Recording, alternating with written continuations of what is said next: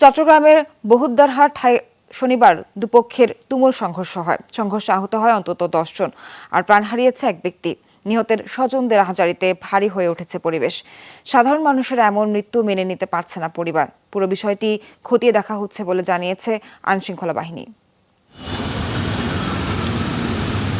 শনিবার রাতে নিজ কর্মস্থল নগরীর রিয়াজউদ্দিন বাজার থেকে বাসায় ফেরার পথে বহদ্দারহাটের দুই পক্ষের সংঘর্ষের সময় গুলিবিদ্ধ হন ৪৫ বছর বয়সী মোহাম্মদ শহীদ নামে এই ব্যক্তি। বুক, পিঠ সহ শরীরের বিভিন্ন স্থানে গুলি লেগে রাস্তায় পড়ে যান তিনি।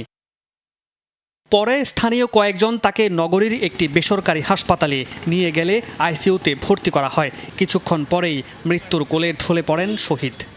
মা তো কালকের থেকে অজ্ঞান বাসায়, ওনার বয়স্ক বাবা আছে, উনি নিজেই কথা বলতে পারতেছে না। মারামারির মাঝখানে পড়ে গেছিল, ওনার শরীরে প্রচণ্ড কিন্তু সিটাগুড়ির দাগ।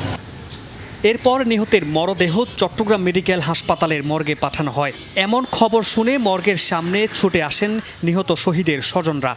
আম্মা যাই আমার ভাইয়ের সাথে কথা বলছে, কি স্ট্রংভাবে কথা বলতেছে। ঘন্টাখানিক আধা ঘন্টা 10 মিনিট পর মনে করেন আমার ভাইয়ের দান চলে গেছে। যারা ডেলি রোজগার করে তারা কিভাবে খাবে, কিভাবে চলবে, রাস্তায় কিভাবে চলাফেরা করবে, ওটাই হচ্ছে যে সম্পূর্ণ বিচার ওখানে কি তুলে ধরতে হবে। পরিবারের উপার্জনক্ষম ব্যক্তিকে হারিয়ে দিশেহারা পুরো পরিবার। আদরের ছোট ভাইয়ের কথা বলতেই কান্নায় ভেঙে পড়েন বড় ভাই। দুপক্ষের সংঘর্ষের বলি হয়েছেন বলে দাবি তার। সাধারণ মানুষের এমন মৃত্যু মানতে পারছেন না তারা। সাধারণ মানুষ কিভাবে মারা যাবে? সাধারণ মানুষ তো কোনো দোষ করে নাই। সাধারণ মানুষ কেন মারা যাবে? এত পথচারী, সাধারণ মানুষ মারা যাবে?